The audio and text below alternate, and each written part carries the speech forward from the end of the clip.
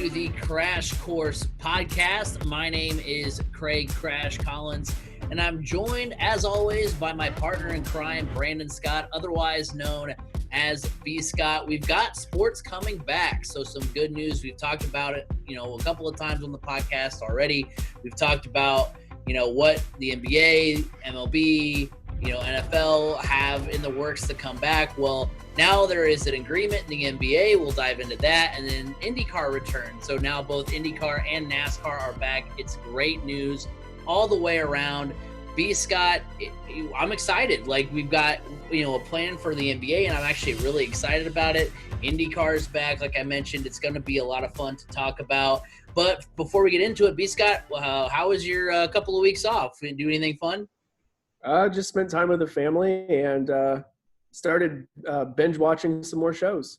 I mean, what's on the schedule? What's on the? I just got into HBO Max that just came out, and I have started binge watching The Fresh Prince of Bel-Air. There you go. That was one of my favorite shows growing up, and I still love that show.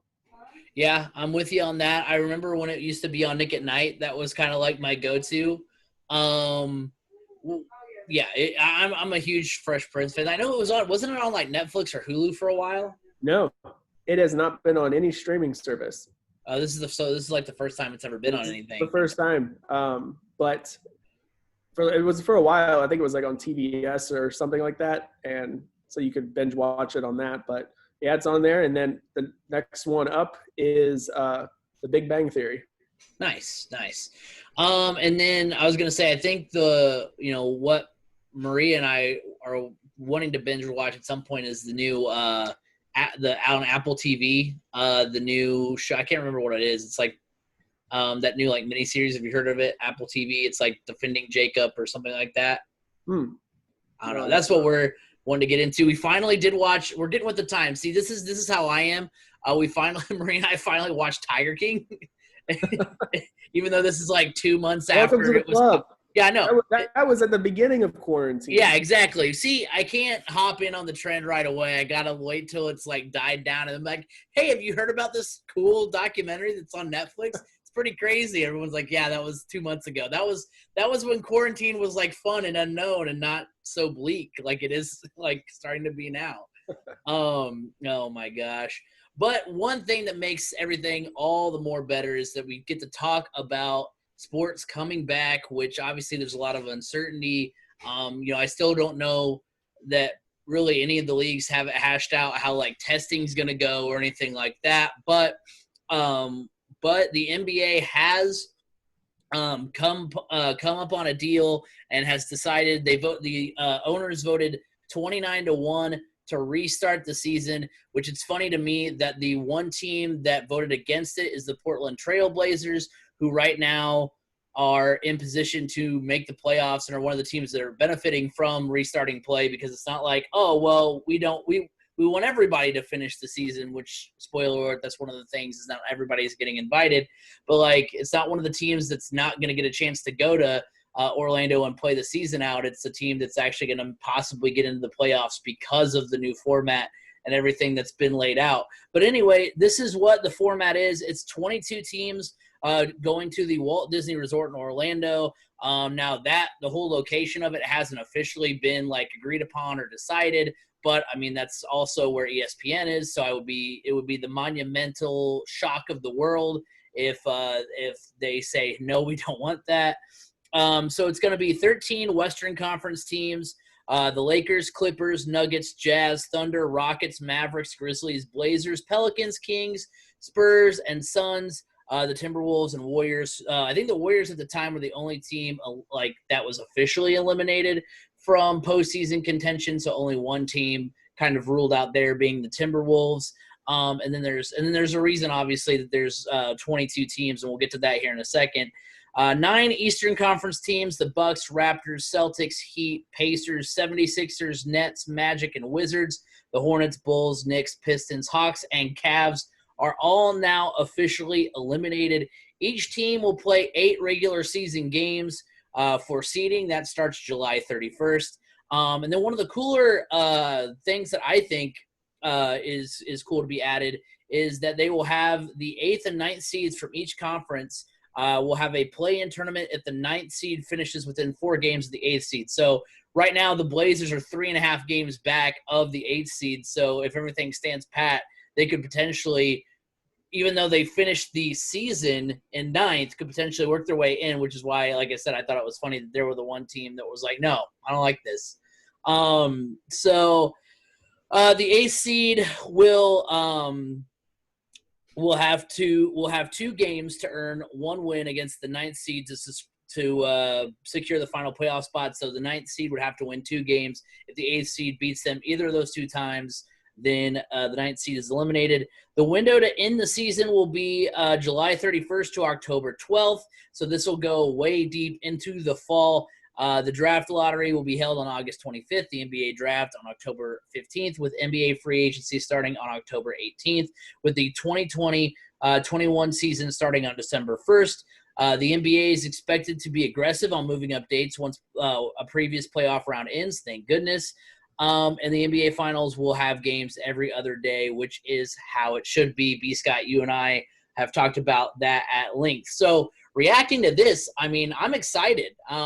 Typically the NBA, the postseason is around the time where I, actually start focusing in on it anyway. It's kind of the same with college basketball where I'm like, regular season, fine, I'll put it on. But the time I get really excited about it is when it's, tournament time, when it's playoff time. So that already has me excited. But the fact that, it's just kind of these cool formats. I mean, you dive into it. I mean, this is great for the NBA. Because of the whole, the teams that you invited, which I think are the teams that got invited are all teams that still would mathematically have a shot to be the 9th seed and within 4 games. I think that's, at least from what I was looking at when I was looking at the standings, that's how I think they went about it. So that's why it's kind of a weird number with 22.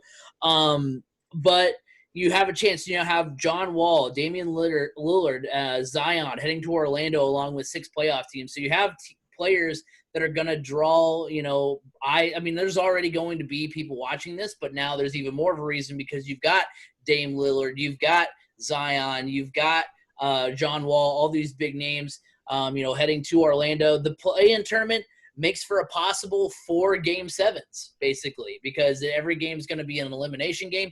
Heck, I like this for baseball. I think instead of having this random, like, hey, we're going to make it Selection Sunday and you get to pick who you play. Like, I think that is perfect for baseball. If you're going to do that, okay, we're going to have the 2 wild card teams, play, and the fourth seed has a chance, only needs to win 1 game against the 5th seed. And if the 5th seed wins, then they go to another game. I absolutely love that idea for, multiple sports even. So I do like that. And there's also a chance to draw focus and headlines away from the NFL come October. I mean, the fact that, because we're assuming right now, because there's been no word otherwise, that the NFL is scheduled to be on time. Now, whether or not that will happen, that remains to be seen. But you're going to be having playoff basketball up against regular week-to-week NFL. So, I mean, if, it's a Thursday night between – the Falcons and the Giants, and you also have the other option of watching, the Lakers and Clippers, I think you're going to watch the Lakers and Clippers. So, I mean, that's great for the NBA as far as exposure. Like, obviously, there's going to be more eyes on this than there maybe would have been normally because of the fact that you're not going to be able to have fans in the stands. But I think this is a win all the way around. I think this, like we talked about, like how, what would be the best way to get back. I think this is without a doubt the best way to come back for the NBA. Yeah, I agree. I think this is a great way. And, it is going to give them a little bit of a chance to kind of shake the rust off. And I think we're going to see some really, really good basketball because some teams are going to be healthier than they were prior to the pandemic starting. So that's going to be really good there. It's going to be interesting. They are talking about allowing teams to pick up free agent replacements for players that are injured. So the Nets have a possibility of going out and signing replacements if Kyrie and KD can't play. Which So KD has been officially ruled out, because I went to go look for that. Yes, when I was going through the outline and kind of going through everything for the podcast, I looked, and yeah, they have officially ruled Kevin Durant for the rest of the season, which is understandable, but also is a little bit of a bummer, because that would have been a huge wrinkle into everything, because the Nets are right now like a 7 or around a 7 or 6 seed. If they get a chance to get KD and Kyrie back, I mean, they would be kind of dark horse favorites to come out of the East. I feel like to contend with the Bucks. So that's a little disappointing, but also understandable. But yeah, KD's not going to be back. And it's been rumored that if Kyrie comes back, it's going to just be like as a bench player, which or it's going to be as like a inactive player rather than someone who's actually going to get some playing time. Right. So it'll be interesting. Like, will the Pacers go out and try to use this and find a replacement for Jeremy Lamb, who prior to the shutdown, he tore his ACL. So are they going to go out and try to find somebody? Some teams are going to be really interesting to watch, because one of those things being the Pacers, obviously, because we are now so far removed from Vic's knee injury.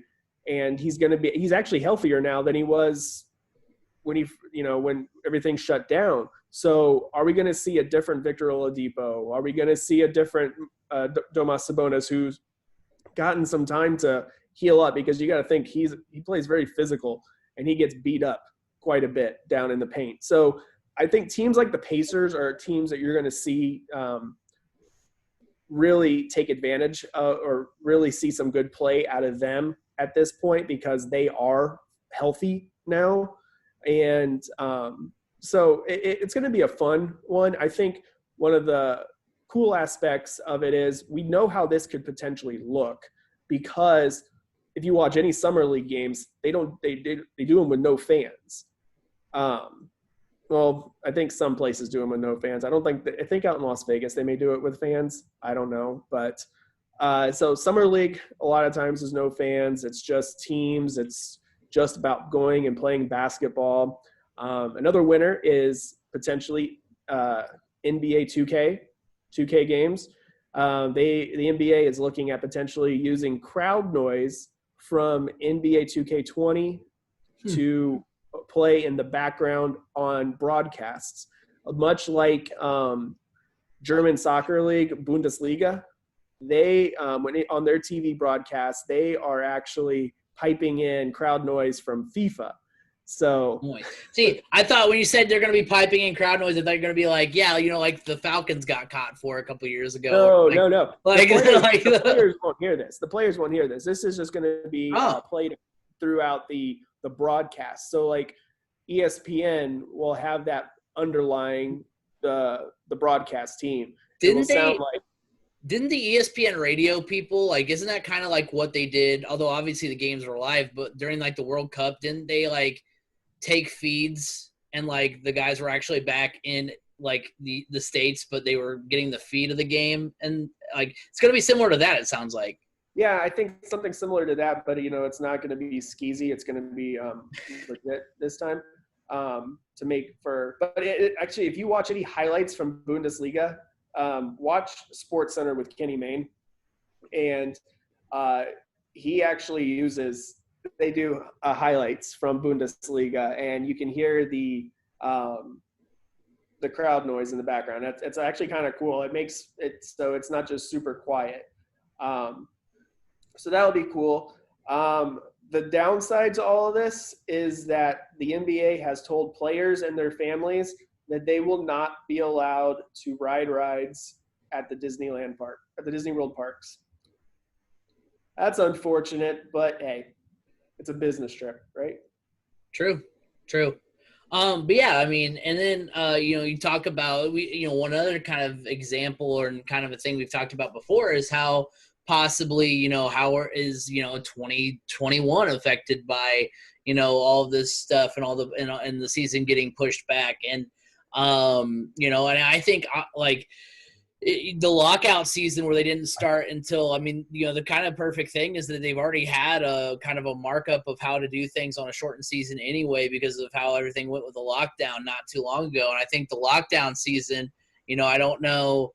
I don't know that there's anyone who didn't enjoy that, because I think that's how they got like the back-to-backs and stuff like that. And that's how that kind of became more of a common thing. And that's the really exciting thing too, is I think that some of this, like, I would be 100% okay if they kept the 8-9 thing like past this year. Like I like, that's one of the things that when I was reading up on this, proposal and or this agreement, I was like, I love this 8-9 thing of like, hey, let's make this kind of like a wild card game, but instead of, it's an eliminate both two, basically it's a game 6 with, the team that's up 3-2, they've got 2 chances. So I mean, it's going to be really cool. I'd be okay if they did that, and I'd be okay if, like, hopefully they realize, like, hey, look, we can do games, within a couple of days of each other. We don't have to drag on the playoffs for like 3 or 4 months. So I'm excited. This is all good stuff, and I think it even gets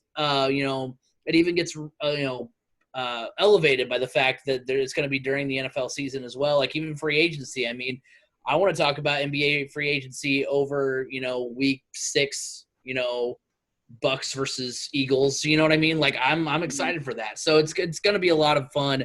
And I'm really excited to see, what happens with this season and how it pans out. So I'm really excited for it. It's going to be a lot of fun. Yeah, me too. I'm looking forward to it. I love racing and whatnot. I'm also excited just to see more sports coming back. I feel like things are going to start feeling a little bit more normal once basketball gets back, mostly because it was the NBA that was the first ones to really shut things down. And the NBA really started that domino effect. So to see them come back, I think it's going to really kind of make things start to feel a little bit more back to normal. And I think, like, as good as IndyCar being back and NASCAR being back is good for those two sports, as far as being like, hey, it's either watch, Netflix, or if we want to watch sports, we got to watch, if we want to watch sports, it's either, the 2013 NBA finals, or it's, this IndyCar race or this NASCAR race. I think there's more eyes on those two sports maybe during this time than any other time.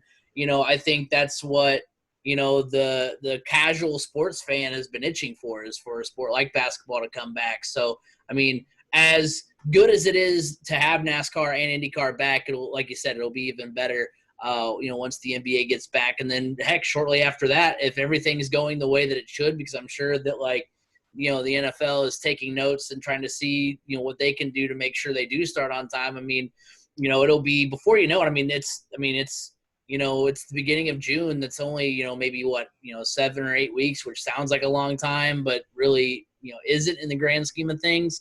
What's 2 more months of no more sports if it means, right. But when it does come back, we've got the NBA and the NFL. So it's going to be back to normal, I think, or not back to normal, but as normal as it can be here in a couple months. And seeing this good of a deal come out just makes me even sadder about what the state that baseball's in right now. Right. So yeah, it's good. Everything is on its way back, and I'm happy about that. Now, we're taking the necessary steps, and I can't be more excited. Now, we do have some questions for hot or cold. Before we get into that, let's go ahead and talk to you guys about Anchor. So here is what I've got for you, B. Scott, for hot or cold. I've got 5 questions here, all about the NBA. Hot or cold, question number 1, this is the best way for the NBA to return. I think that's a hot take. I think this is the best way. There's maybe like 1 or 2 other things that we'll get to in a moment that, like, you possibly could have done to make it a little bit better. But at the same time, I think this is the best way you could have asked to come back. I mean, it checks all the boxes. I mean, how many are we going to have regular season to go right into playoffs? Well, we're going to have 8 tune-up games, and then it's going to be that are going to be done in 2 weeks, and then it's going to get into the playoffs. All right, cool. It doesn't give you that opportunity like, oh, we're going to play the season as normal, and it's going to be a month of basketball before the playoffs start. No, it's going to be right into it. You're not going to have time to really get sick of, the regular season games before it's time to be in the postseason. The 8-9 thing, again, I'll say it 8 more times before this podcast is over. I love that whole thing. It checks that box. And then it sounds like the playoffs are going to be normal, which, I mean, the playoffs are the playoffs, and they're always exciting. So, it's going to be a little weird for there not to be fans, because even if you pump in crowd noise, you're still going to see there's no one there, which is, I think, possibly going to be a little bit more eerie than anything else. But yeah, it checks all the boxes. There's, like I said, only maybe a few more things that I might have done to make it better, but you can't ask for much more than what the NBA gave you. Right. I think this is one of the best ways for them to come back. The fact that they came to such an agreement so quickly, I think what took them so long was they just wanted to make sure they got every detail ironed out and felt it was the best time to come back. And I think everybody was in agreement. I mean, obviously the players were ready to come back. Everybody was. They didn't want to see the season just come to a complete end. Honestly, baseball needs to take a page out of the way the NBA did it, because the NBA was it was smooth. It's, everybody was just like, yep, it's all about playing the game. And that's exactly what needs to be done. Whereas baseball they're too worried about the dollar bills. Whereas the NBA was just like, let's just go play the game. Let's do what we do. We put on a show. Let's go put on a show. And now, I will say this about the baseball thing, because we'll get into that, I think, more next week. But I think the one thing that did help the NBA, and it still doesn't, in my opinion, excuse what's happening in Major League Baseball, but what did help the NBA is the fact that they were so close to the end of the season and all they had left was the playoffs. So theoretically, it was kind of, cake that we had 22 teams and not 16 teams. So, like, you could have gotten away with saying, hey, we're only going to invite half the teams. Like, baseball can't just be like, hey, you know what? The Orioles, Kansas City, you weren't going to do anything. We're going to just leave you back there. Like, they couldn't have done that. They have to have, you didn't have a chance to get the season started, so you can't just, you have to find a way to incorporate an entire season during a pandemic, as opposed to 8 regular season games and then the postseason. Yeah, I know, but still, there was just something about it where it was just like, come on, guys, let's just play the game. Get out there and play the game. That's what everybody wants you to do, and you're all too worried about the dollar bills. And we'll talk more about it next week. I don't want to keep going on that, but this, honestly, a lot of leagues can take a page out of the NBA's playbook here on how they've handled their return. I think it was super smooth. Yeah, they waited a while, but I think they waited long enough, and they came out with a plan that everybody is excited about. Question number 2: the NBA missed out by finding a way not to, or finding a way to. I'll restart that. The NBA missed out by not finding a way to incorporate the Warriors. I think that is a hot take. Now, I'll get into it. Don't worry. I'll explain my reasoning. Because I think the very minuscule way that this proposal and this return could have been better is you say, hey, the top 7 teams from the Western – you invite all 30 teams. Like, I don't know how logistically, if that was on the table at all. Maybe it wasn't. Maybe they're like, okay, what's the number of teams we're willing to get there, because it definitely can't be 30. I don't know if that's what was ever discussed. But if you have all 30 teams and say, okay, the top 7 teams from each conference, you guys are going to play 8 regular season games. You guys are locked in. You're in the playoffs. And then you take the bottom 8 teams from each conference, and you say you're going to play 4 regular season games, and then you're going to play a single elimination tournament to decide who gets to go in as the 8th seed. Now, I think that would have been awesome because, it wouldn't be as intriguing on the Eastern Conference side of things, but on the Western Conference side of things, if everything plays out the way that it looks like right now, you would have had Ja Morant versus a healthy Steph Curry, a healthy Klay Thompson, more than likely, in that first round. So you have, this kind of young core in the Memphis Grizzlies going up against Steph Curry, the entrenched power, in the NBA. Then, if it plays out the way that it could possibly play out, then you've got, possibly in the final to decide who goes to the eighth, goes to the actual playoffs. You have, Steph Curry and Klay Thompson versus Damian Lillard and the Portland Trailblazers. Those are two typically, pretty good playoff teams. And you have that before you go into even the playoffs at all. And then you have a possibility, best case scenario, of having the Warriors versus the Lakers, LeBron versus Steph in the first round. But then, the more I've thought about it, so I thought about that part of it and I was like, oh man, this is awesome. I wish they would have found a way to do that. But like I said, the Warriors were already eliminated before COVID shut the league down. And how much, catering do you want to do to a team that only had 15 wins on the season? I can see why they didn't incorporate the Warriors and didn't do anything like that. But I think that could have made things just a little inkling more intriguing. So I think, it's not saying they missed out as in this is garbage now. It's just that could have been the cherry on top of our Sunday with getting the NBA back. See, yeah, I don't think the NBA missed out on anything. I know it would make for good TV, but come on, you can't cater to specific players just because you can't cater to specific teams just because they were good for the past 5 years or so. That doesn't mean anything. It's about this season. It's not about what you did last year. It's about what you've done this year. You can't reward 15 wins by giving, just because you have Steph Curry and Klay Thompson. I will say this, though. I'll say this. Would they or would they not do it if LeBron was the team that had the 15? Well, they wouldn't. Are you sure? They couldn't. They couldn't. A playoff with no – well, I mean, they just had a playoff with no LeBron, I guess. But yeah. It would be – I mean, if he was out injured all season long and all of a sudden he said, I'm good enough to come back now, and let's say it happened during the season as it was. Let's say there was no shutdown and he said, I'm good to come back now, and his team was already mathematically eliminated from the playoffs. They aren't going to sit back and go, well, you didn't have LeBron, so we'll give you let's cut your losses and say you had probably about 10 more wins, 15 more wins. We'll take the average. We'll take your average points and however much your replacement scored, we'll find the difference and then add it to your score, and however many wins, how many points that's worth. If you lost by that few, that's how you get your wins back. That's essentially what you're saying. Yeah. That they would figure out a way to get LeBron into the playoffs. No, they wouldn't. They wouldn't, because there's no way they could possibly do that and save face with other NBA fans.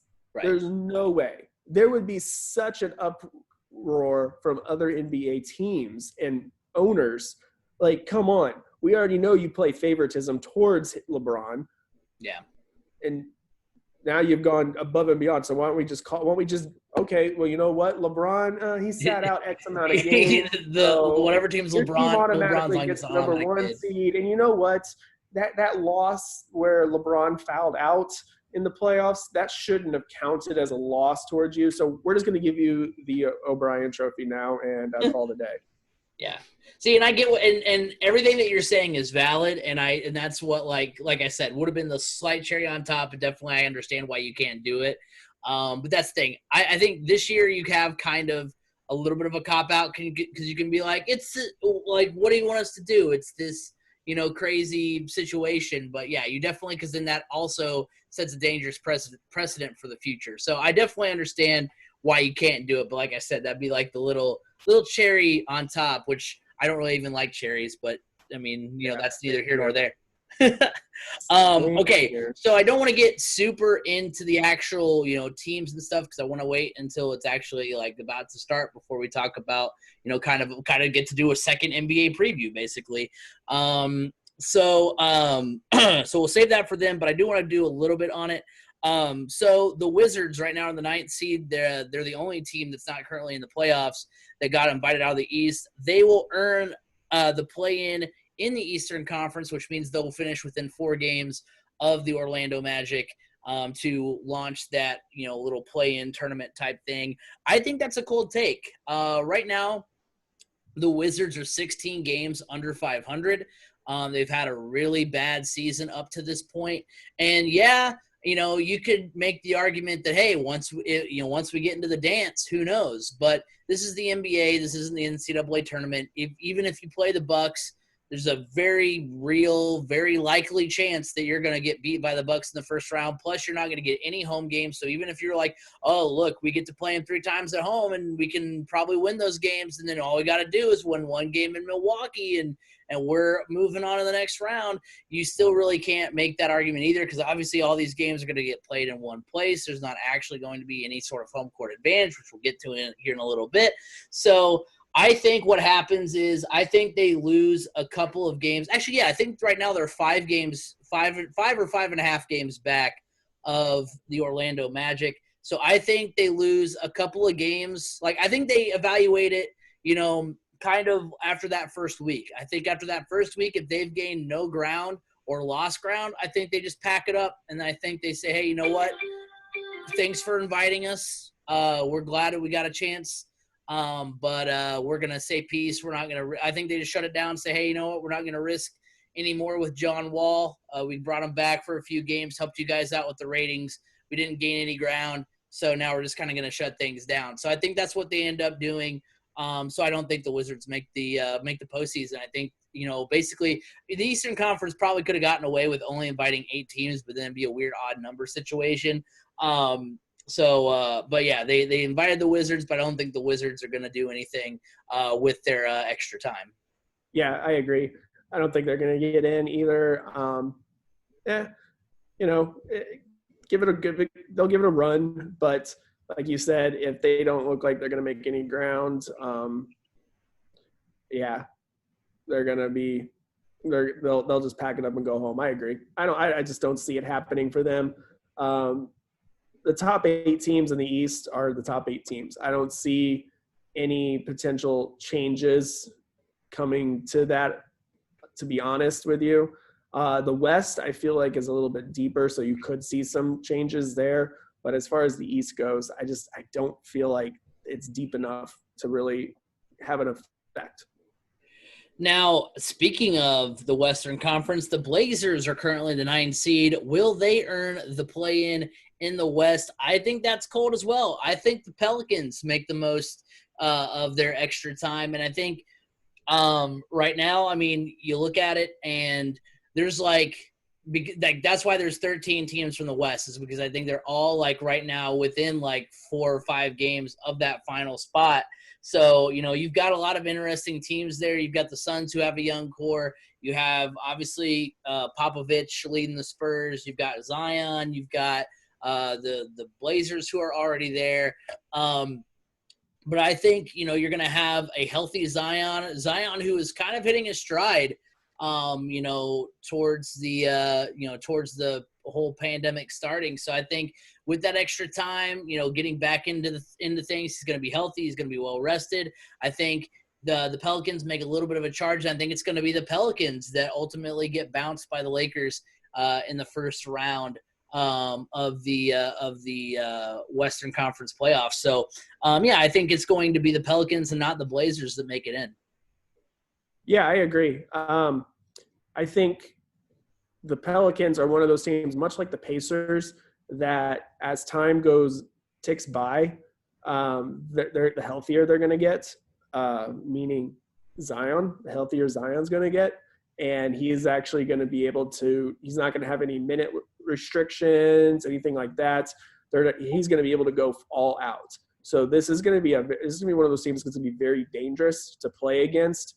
Because they have that great combination of young, talented players and young enough veterans that, they have players on that team that everybody wants to help them be better contenders. So I think the Pelicans are going to be one of those teams to really look out for. Now, do I think they have a chance to make a run deep into the playoffs? No, but if they make it in as the 8th seed and I am the Lakers or the Clippers, I'm not exactly 100% comfortable. I am nervous. It's not going to be a walk in the park by any means, because Oh, well, first off, I just hope we get to see in these playoffs, we get to see LeBron trying to go up against Zion. Because Well, I because just think that's been the comparison is that they, because they're Zion's just similar. a Yeah. bigger LeBron. Yeah, I was gonna say that's been like the play style and like physical comparison from day one. Now It's he been doesn't have the same out. He doesn't have the shooting touch that LeBron does, but the athleticism and the size and the physicality is LeBron. So I think that could be a fun thing to see. So that's what I'm kind of hoping for. But I honestly I feel like in the end we are finally going to get to see Zion play the way we know he can play, and that's really going to help put the Pelicans over the top to get final into the playoffs. final thing for the NBA. This is gonna be we'll do a whole thing on the Pacers. excuse me, when the season gets a little bit closer, the resumption of the season gets a little bit closer. The Pacers will miss quote unquote home court advantage the most out of the teams that are going to be in the playoffs. I think that's a hot take, especially because you look at who they're most likely going to face in the first round. I mean, they're going to be like, you think, okay, well, the whole Pacers Heat thing, like that's not a thing anymore. That was back when it was LeBron and Wade versus Paul George and Roy Hibbert. It's not a thing anymore. But remember, there was that whole thing with Jimmy Butler and TJ Warren, back earlier on the season. And yeah, that was a long time ago and feels like, years ago after the quarantine and all that kind of stuff. But at the same time, there would have been, under normal circumstances, there would have been that extra kind of like, oh, it's a common foe again. It's the Heat. I remember hating the Heat back 10 years ago. Let's hate the Heat again. And so, the Pacers always show up loud and proud. The fan base does, but they would have been even exacerbated even more by it being the Heat again. And so I think they miss out the most. I mean, think about the other teams that would be, in the playoffs. I mean, the Bucks. I've not, I guess, watched a lot of Bucks games to know. I mean, I think a close second would be the Raptors. I think the Raptors will be another team because that's another like smaller market team that has a rowdy fan base. You're not going to have the Thunder like you normal, or you do have the Thunder, don't you? But they're I don't think are close to where they used to be at all. So I mean, I think you can make a case for the Raptors, but I think the Pacers are definitely the team that misses out by not having home court advantage this year. Yeah, I think so. Just because Pacers fans are on another level, but at the same time, nobody has home court advantage.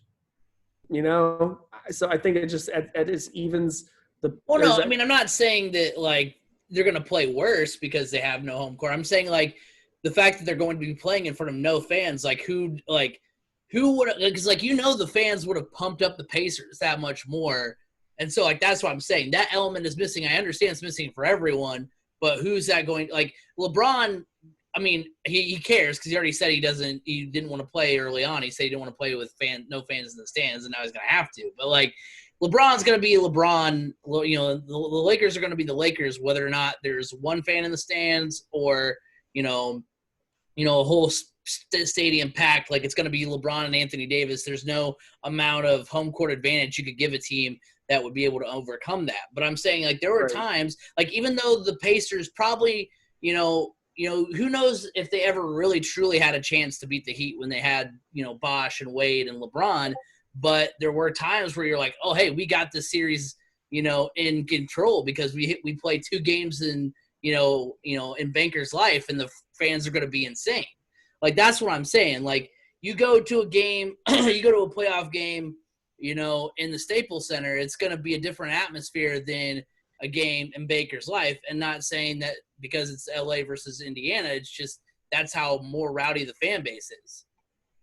Yeah, that's true. But I think ultimately in the end, this Pacers team, they're an actual team. And I feel like they're going to be able to get themselves hyped up for this. So I don't know. I think you're going to see the teams that have better chemistry come out of this in a much better light. And they're going to play much better because having teams that have really, really good chemistry, both on the court and in the locker room, I think are going to be the ones they're the ones that are going to have the best ability to really get themselves hyped, like they would in front of home fans. Now another, we're gonna switch gears a little bit. Another sport that came back, as we mentioned a little bit earlier, is IndyCar. They had their first race back at Texas. It was the Genesis 300. Let's go ahead and give you a little bit of a race summary. Joseph Newgarden started on the pole. I don't believe there wasn't qualifying, was there? I don't think there was. Yes, there was. They qualified the morning of the race or the afternoon of the race. Okay, so there was qualifying. I wasn't sure because I know NASCAR hasn't been doing qualifying. Yeah, NASCAR's been doing just a random draw, but IndyCar actually did qualifying, and Joseph Newgarden won the pole. Which it's a lot easier because there's only like 22 cars in an IndyCar field, and there's twice that in a NASCAR field, so it makes sense. There were 5 lead changes amongst 3 drivers. The first caution came out on lap 38 when Rinus VeeKay and Alex Palou crashed on the backstretch.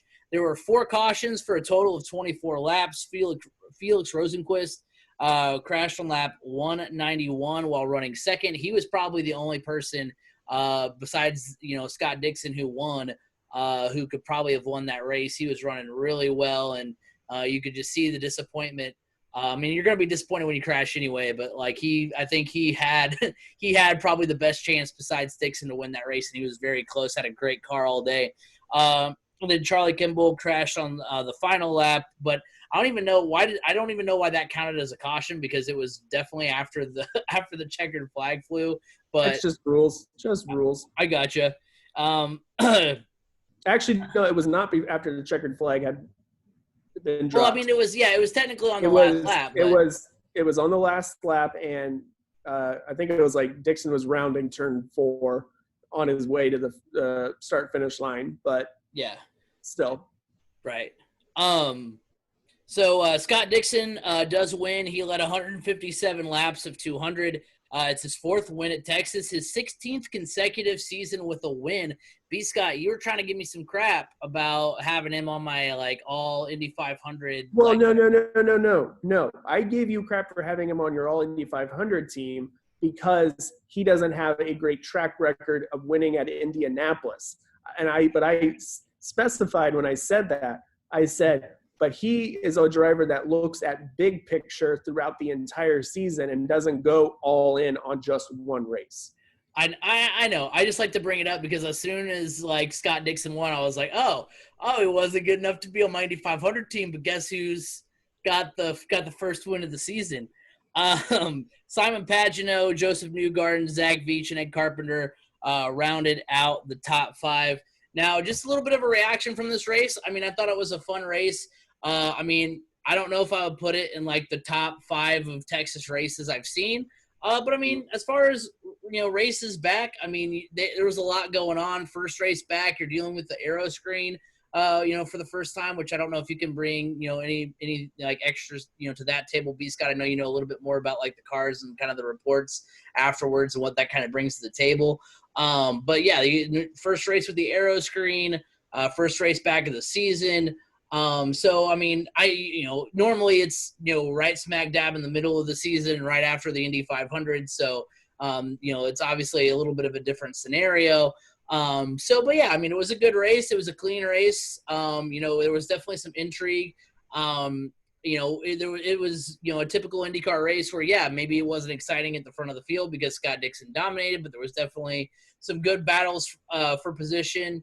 Other places on the track, you got to see, a guy who I think is, quickly, I think in my, opinion, starting to come up and have some good runs. And obviously it helps that he's on Chip Ganassi, but Felix Rosenqvist, I think is kind of, made a statement that he's going to have, possibly a good year this year. So yeah, overall, I thought it was a good race. Like I said, maybe not up to typical, Texas standards, but at the same time, as far as first races back goes, this was a good one, I think.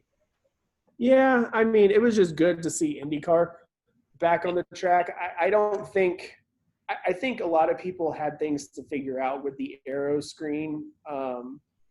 They've done a lot of testing, but never in real race conditions, especially at a place like Texas.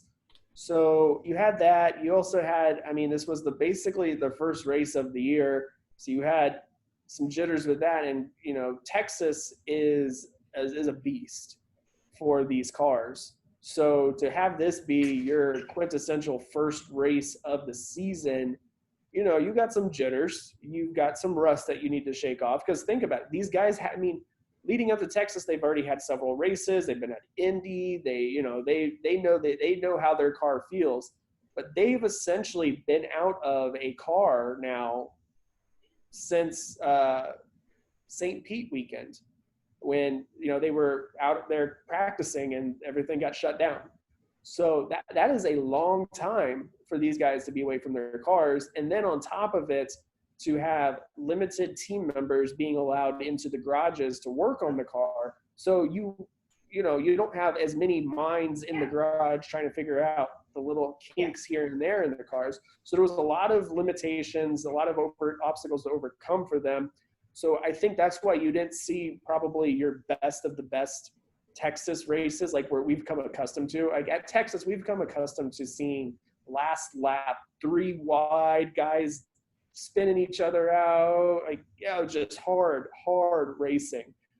But also on top of it, it was really, really hot. I mean, it was so hot that a lot of crew members, media members, all had to make their way to the infield care center at one point or another throughout the weekend to get IV fluids. So that had to take some into account there too for the cars. That was just the outrageous heat. I think I saw at one point the track temperature was up to 145 degrees.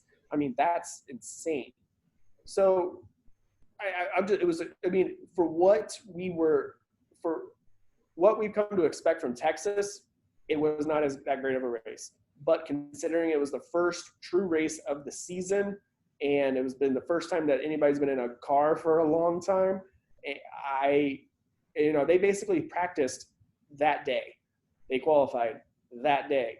They raced that day. I mean, it was insane just how quick everything needed to be turned around. So you just didn't see the normal prep time. So that's what I think went into it not being what we're typically seeing from Texas.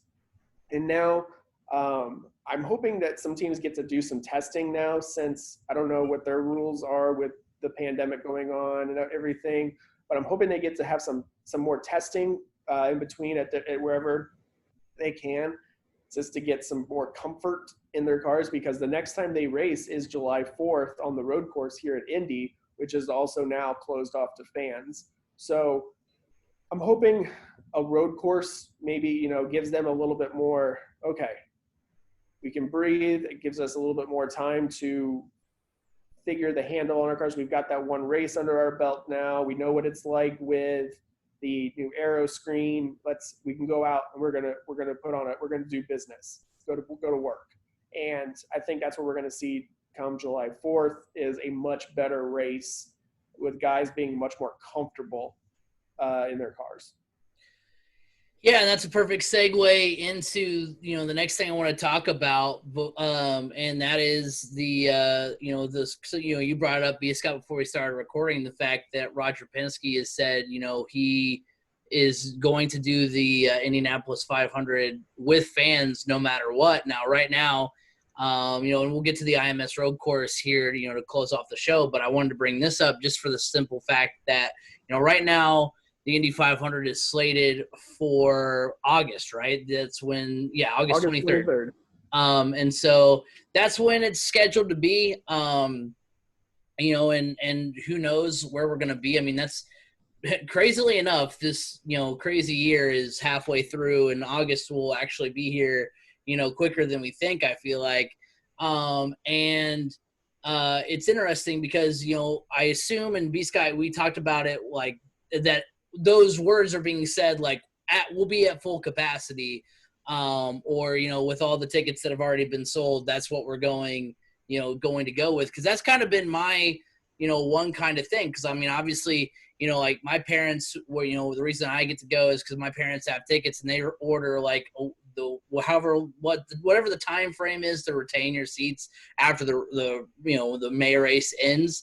That's like when they order their tickets. So it'd be interesting to see like, okay, how do we do this with all these tickets being sold, are we going to do it at 25% capacity? You could probably do it at 50% or 75% capacity. But then what do you do with the people that are kind of left out? And that's why I thought, okay, well, that makes sense now, because I think, you could do kind of what, I mean, obviously it's already been reported that the July 4th race isn't going to have fans, but that's where I thought you could kind of maybe make up for possibly not being at full capacity for the Indy 500. Is you could say, hey, if you can't make it to the Indy 500, or you are worried that we're not going to, be able to, have full fans, you can bring your stub for the race. For the Indy 500, like that'll count as your stub. Like you won't be able to get in for the 500 and the road course race on the 4th. But if you wanted to see a race at IMS, that's the way to do it. And I mean, they could also do that and cut it off at a certain point, and kind of spread it out between the two road course races. Well, and that's what I thought they might try to do to kind of maybe lessen the blow of only having possible less capacity. But I mean, and it's interesting, and I mean, I'll go ahead and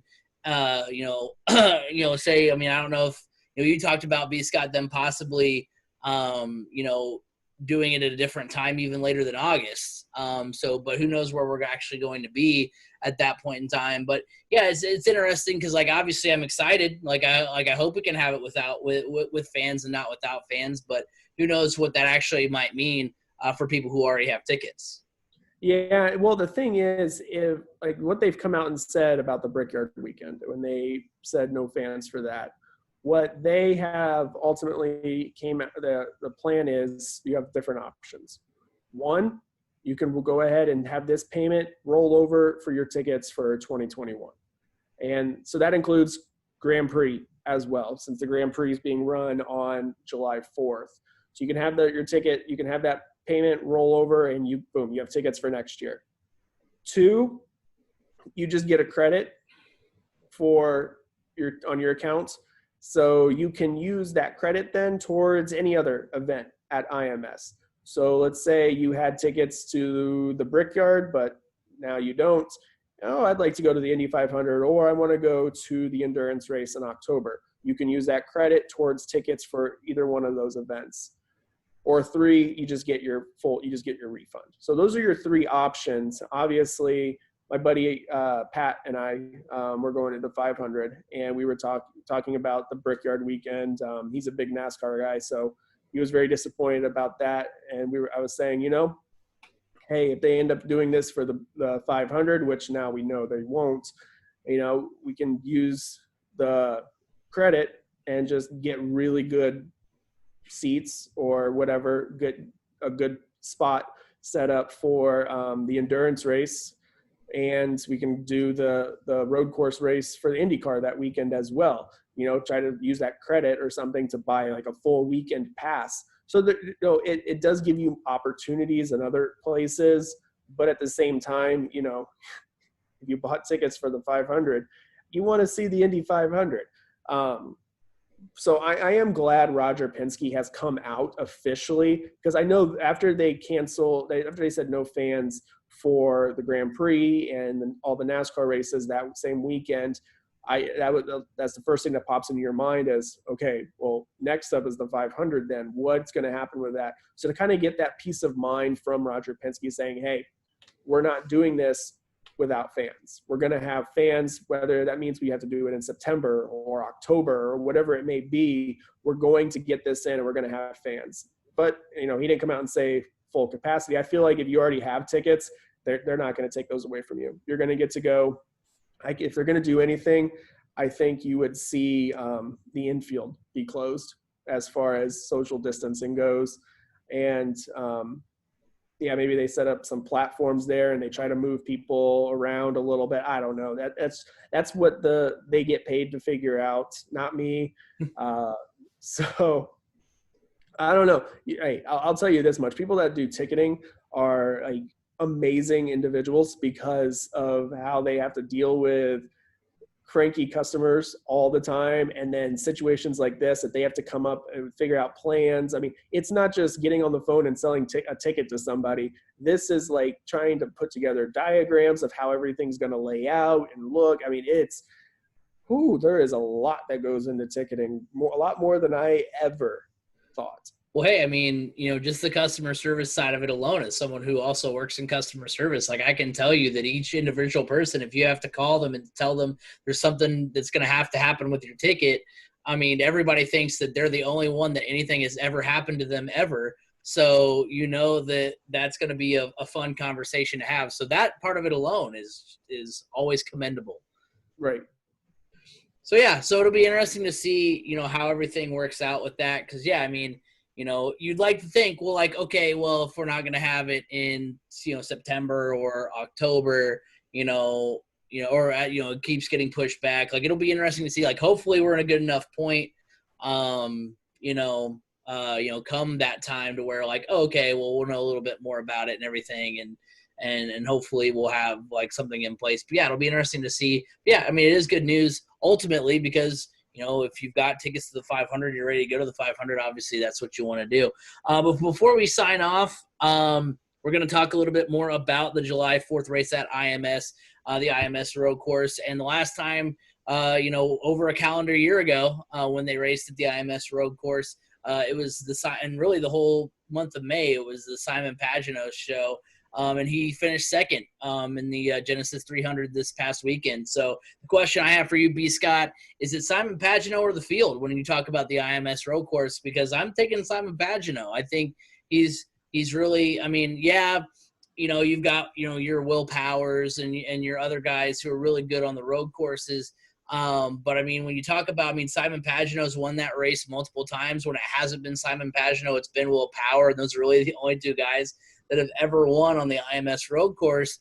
But yeah, I mean, if I'm placing a bet on who I think is going to win on July 4th, I'm going with Simon Pagenaud because he's been the guy at Indy like the last 2 or 3 years. So I'm going Simon Pagenaud. I'm not worrying about who else is racing because I think it's going to be him that takes home the checkers. Yeah, I have to agree with that. I got to go with Simon Pagenaud versus the field. It's tough. I mean, heck, even this past weekend, the Chevys just didn't seem to have the same kind of speed as the Hondas did, despite, two Chevys finishing in second and third. Actually, I don't know why I said that because I look at the standings and Chevys did pretty well. But, this past weekend, Ganassi just seemed to be on a different level compared to Penske's. And Penske cars seemed to have some kind of weird vibration throughout the race, which they always seem to do at Texas. They always seem to have a weird vibration at Texas. But they, Simon Pagenaud right up there. I think this is going to be a really solid year for Pagenaud. I would not be the least bit surprised to see him contending for the championship throughout the entire season. If not winning the championship altogether.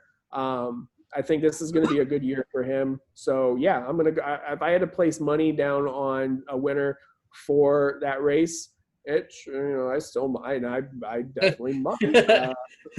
B. Scott will actually put money on this. I'm not gonna lie.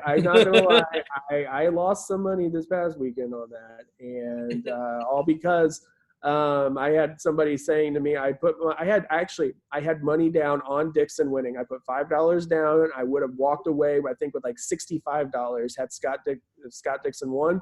I had that bet down. And then my buddy texted me and said, Honda just doesn't seem like they have it coming into this race. It seems like with testing, Chevy's had all the power, blah, blah, blah. And I was like, And then, last year at Texas, okay. I withdrew the bet. I took the cash out. Once you move off your first instinct, you might as well never place a bet on not again. That was a weird way to phrase that. You should never place another bet on that event because once you've gone away from your first instinct, you're just going to be playing mind games with yourself. Because, I mean, not that I've never placed a bet on sports at all. I mean, outside of hey, during the 2016 World Series, I bet my buddy Tim Poe's guy that hey, I'll put my profile picture as Rick Vaughn if the Indians win, and if the Cubs win, you have to put it as Henry Rowengartner for a week. Like, that was about the extent of my betting. But like, I know, like, it's what I do with the Crash Kiss of Death. I'm like, Yeah, I'll pick the first team. True. Like, I'll be like, oh, hey, look, Pitt looks like it might be, like, in my mind, I'm like, Pitt versus UCF. That's the first one that jumps off my mind. I'm like, nah, it's Pitt though. And then I switch to, another game, and then it's Pitt that ends up winning. So, I mean, it's once you move off your first instinct, you're just screwed the rest of the way. Right. So, I still won some money. I had money down on Joseph Newgarden finishing in the top 3. I got that. I got $12. Hey, $12 on a $2 down, won $12. Hey, I mean, that's about what if you're not catching my thing here, I am not a big bettor. I am a low money bettor, but I look for the high payouts. Well, hey, I mean, that's the way to do it. I mean, if you were like, yeah, this weekend I put 300 on Scott Dixon, then I went through it, and then then I went with Newgarden. I put 500 on Newgarden, and now I'm down 500. I'd be like, Scott, we may need to have a discussion off the air about that kind of stuff. But yeah, no, I mean, there's nothing wrong with that. No, I do it just for fun. But yeah, I mean, fun. Simon Pagino, mark it down. I don't know. So I guess Pagino will be a good and bad bet, because he's a good bet as far like if you're actually betting. I think he's a good bet, right, like normally. But if you're betting, like, would you want to go with Pagino actually because he's got the best chance to win, or would you go like, okay, yeah, I could go Pagino, but I could go Will Power because it's basically a toss up, and Will Power probably has like better odds or like a better payout because he's not the most recent champion, which I don't know if that plays into it at all. But yeah, I think I would have to go. Honestly, I would have to go Penske versus the field. Yeah, for sure. To be honest, to be totally honest, because they've dominated. I mean, I'm just trying to think of the past winners. Majority of it's either been Will Power or Simon Pagino. This is the only winners of the IMS road course race. Yeah, you're right. So yeah, it's going to be one of those two guys. It's Penske or the field, basically. Yeah.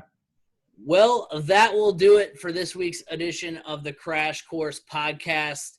Remember, you can follow us on Twitter at Crash Course FM. Like us on Facebook, Crash Course Podcast.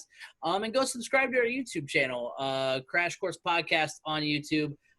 Every podcast is shown live on YouTube and Facebook every Tuesday, and then also is released on Anchor, where that's our main place. You can go to anchor.fm/Crash Course.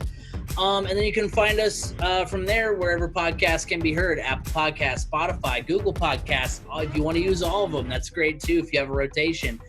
Just wherever you can find us, that's where we'll be.